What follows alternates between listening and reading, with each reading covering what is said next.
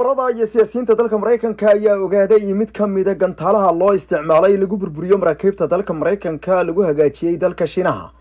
iyadoo sidoo kale ay soo tarayaan wararka ku saabsan in dawladaha Shiinaha iyo Ruushku ay si dhab dagaalka u soo galeen xilli ay dawladda dalka Mareykanka madaxweyne Donald Trump ay ku sii adkaanayso in siyaasadda dagaalkan iyo qaabka uu u socdo laga iibiyo gudaha dalka Mareykanka iyo xataa tuweynta talada Washington go'aamisa ee aqalka Senate iyo Congress-ka kusoo dhawaada barnaamijkeena warwareynad ku maqli doon xogii ugu dambeeyay dhinaca dagaalada iyo xuraanka dhinaca siyaasadda ee sii darsanaysa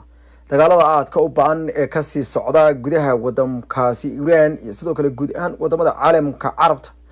iyo Israa'iil ayaa marba ka dambaysa sii adkaanaya xaaladana waxay u egtahay inay sii qaraaraanayso dalalka reer Yurub ayaa wali sutida u hayeen madaxweynaha dalka Mareykanka Donald Trump isagu gabadha caleeyay dhowr jeerna marna wax dalbaday marna iska diiday inay ku yeeraan in xabadda la joojiyo madaxweynaha Mareykanka Donald Trump ayaa iska dhigay in dalka Mareykanka uusan ninaba u baahnayn barbirowga dagaalka wuxuuna dhowr jeer ku tilmaamay dalka Mareykanka inuu yahay awood cid walba muqooni doonta sida laajigeedna cid ay u baahan tahay aysan jirin waa idii baahannahay sida daraadeedna nagu soo biira waa hadalkiisii ugu dambeeyay idima baahnin waan isku filannahay wadan ballaaran baan nahay waan la yaabanayo cidda leh Mareykan baa cid u baahan doonana waa hadaladii ka horeeyay waa idii baahannahay idima baahnin mar walba waa hadalada laga maqlay madaxweynaha dalka Mareykanka dadka qaarkood ayaana ku tilmaamay in gabi ahaanba ay jidka ay ka luntay siyaasadeed iyo dhabaha haynta adkaysiga waxyaalaha muhiimka u ah dalka Mareykanka waxa uu ku tilmaamay inuusan ku yaabaynin in dalalkaasi ay diideen waxaase uu mar kale haddana uu sheegay inuu haddana ku yaabay in ay gabi ahaanba diideen mar kale ayuu wuxuu yiri uma baahnin mar kalena wuxuu dhahay soo dira maraakiib dagaal oo ka howlgala ayuu yiri gacmada istiraatiijiga ururka the European Council ayaa waxa ayagana ay ku yeedheen in sida ugu rasaha badan loo joojiyo weerarada dhinaca dhaqaalaha ayagoo sheegay in ay dunidu ay qarka u saaran tahay in tallaabooyin aad u qaraar ay dhacaan dhanka kalena madaxweynaha wadanka Iran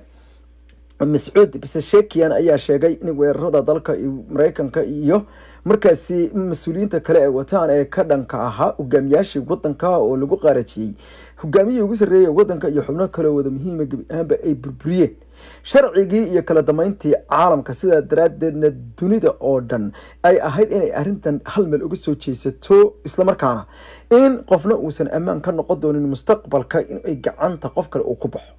wadamada dalalka Turkiga iyo Qatarna waxay kamid ahaayeen kuwii ugu dambeeyay iyaguna shir degdeg isugu yimaada wasiirada amuraha dibadda ee labadaasi dal Sheikh Mohammed bin Abdulrahman Thani oo ahna ra'iisul wasaaraha iyo waliba dhigiisa dalka Turkiga Hakan Fidan ayaa magaalada Doha ee xarunta dalka Qatar kulan ay ku yeesheen waxay kaga wada hadleen ahamiyadda ay leedahay muhiimadda khaaska ah ee qadiyada la xidhiidha sidii loo markaas xakameyn lahaa dagaalka booqashadan ayaa timid ayaa leeyahay xilli aan xaaladda gobolka uu ku jiray ay tahay mid aan la qiyaasi karaynin isla markaana sii socoshada weerarada Iran ee ka dhanka wadamada dariska ah ay yihiin kuwo sii adkaanaya ayaa laga sii xigtay isagoo uu leeyahay Sheikh Mohammed bin Abdulrahman bin Jassim Thani oo ah ra'iisul wasaaraha wadankaasi ahna wasiirka wasaaradda amuraha dibadda uu dhinaca taagna Hakan Fidan waxaana uu sheegay in ay gabi ahaanba arrimahan oo dhan ay muujinayso nasiib darro iyo waliba mas'uuliyad darro siyaasadeed oo ay sii wado kicin halis ah Iran ayuu sheegay laakiin dhinacyada ayaa gabi ahaanba waxa ay diideen dhankooda inay cambaareeyaan mar kale Israa'iil arrintan ayaana muujinaysa sida wadamada caalamka islaamka ay uga wareertay xaaladuna ay marba ka dambaysa uga sii qayoonayso ayadoo dadka qaarkood ay ku tilmaameen inay saacadihii ugu dambeeyay u jahawareer aad u xoogan u ku jiray dhinaca hoggaanka dunida Carabta gaar ahaan kuwa markaasi khaliijka oo iyagu marba gidaar qabsanaya marka xataa lagu daro dalkii ugu deganaa ee Saudi Arabia oo iyagu maalmihii ugu dambeeyay oo dhan si weyn uga gaangaabsanay Sacuudiga wararkiisa uu soo noqon doonaayo wararka ugu dambeeyay ayaa soo baxaya in xanuunka dagaalka hadeerta laga dareemay Washington la isweydiiyay qalabka la isticmaalo warbixinii ugu horeeyay oo hordhaca ayaa cadeynaya in dawladda dalka Shiinaha ay qayb weyn ka tahay qaar kamid ah gantaalihii loo isticmaalay ayaa maraakiibta dagaalka ee dalka Mareykanka kuwaas oo ku khasbay maraakiibtii Mareykanka in ay ka soo baxaan jiida isla markaana ay ku soo noqdaan meelo ammaan wararka ayaa xaqiijinaya in qaar kamid ah siyaasiyiinta waaweyn dalka Mareykanka iyo khibrada militarigu ay sheegeen in dagaalku hadeerta uu u eg yahay mid waji kala yeeshay halista dagaalku inuu sii ballaadhnaado isla markaana uu door kala yeesho dunida oo dhan oo ku fido waa mid marba ka dambaysa qarka loo sii saaran yahay kadib markii uu sheegay Gordon Chanchin oo ka tirsan macadka loo yaqaano ama ka faalooda arrimaha siyaasadda kuna soo biiray Fox News ayuu wuxuu u sheegay in gebi ahaanba ay socoto tallaabooyin aada u xoogan oo dowladda dalka shiinuhu ay ku taageerayso hanaanka sii socoshada leh ee weerarada istaraatiijiga ay qaadayso ciidamada ilaalada kacaanka ee wadanka Iran, kuwaasoo maalmihii ugu dambeeyey mar walba u kala bedelayay hubka iyo rasaasta ay ku gabayaan maraakiibta. gaar ahaan maraakiibta dalka Mareykanka ayaa la sheegay in lagu qasbay inay gobolka ka tagaan. taasina waxaa la sheegay inay ka dhalatay iyagoo qaarkood dhitinaya inay gobolka isaga baxaan in ay weeraro toos ah oo ka yimid agab casri ah oo dowladda dalka shiinuhu ay bixiso. markii ugu horeysay ayaa la sheegay inay caddaatay in gantaal nooca hypersonic ah lagu riday markabka loo yaqaano Abraham Lincoln, kaasoo xambaarsanaa markaasi diyaaradaha dagaalka inuu ahaa mid Chinesku leeyahay, taasoo cadaysay in dowladda dalka Iran ay hadeerto isticmaalayso ayaa leeyahay gantaalo Chinesku uu sameeyey. sidaasi waxaa qaba markaasi qadadhigaha arrimahan Gordon Chang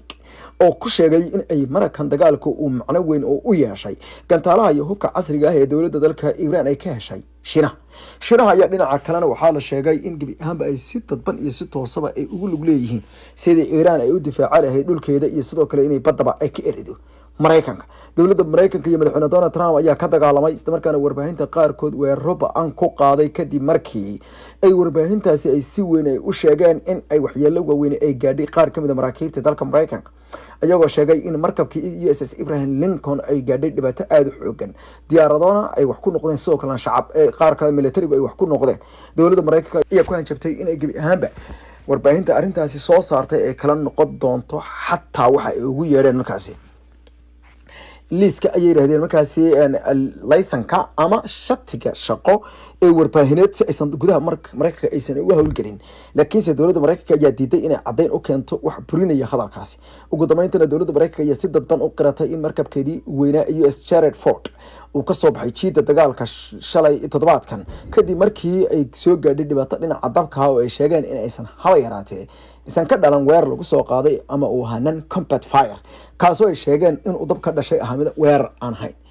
haddaba sida muuqata gantaalaha noocan oo kale ah waxa ay keeni doonaan xaaladdu inay isbedesho ayuu change dagaalka oo dhanna waxa uu gebi ahaanba u muuqdaa in uu hal habeen isku bedeli karo una noqon karo dagaal xitaa u dhaxeeya Shiinaha iyo Mareykanka ayuu ka digi, isagoo yiri ilaahay sidaa kama dhige waxaan u arkaa ayuu yiri arrintani mid marba marka dambaysa muujinaysa halis, maadaama maraakiibta dalka Mareykanka ay ku dhacayaan gantaalaha Shiinuhu usubiyay habeen kaliya inuu dagaalku isku bedelo mid u dhaxeeya Shiinaha iyo Mareykanka waxba ma aha ayuu yiri. laakiin sidaas ilaahay kama dhigo. Shiinahaas taageeradiisa Iran gebi ahaanba waa mid aada u xoogan, waxaana u muuqataa wax kasta ayuu yiri oo aysan ku jirin ciidamo kaliya u dagaalamaya. Shiinuhuna gebi ahaanba waxay arrintan u arkaan ayuu yiri inay cadowgoodii ay ku heleen chance, taasoo ay rabaan inay ku buquujiyaan meel ka fog xuduudda dalka Shiinaha, kaasoo Mareykanka ah inuu god ugu dhacay ay yiraahdeen maadaama uu dalka Iran la dagaalamay. Iran dagaalkeedana wuxuu noqon doonaa mid macno weyn leh. saacadihii ugu dambeeyay ayaa la warinayay tallaabooyin waaweyn oo dalalka Shiinaha iyo Ruushka ay qaadayaan,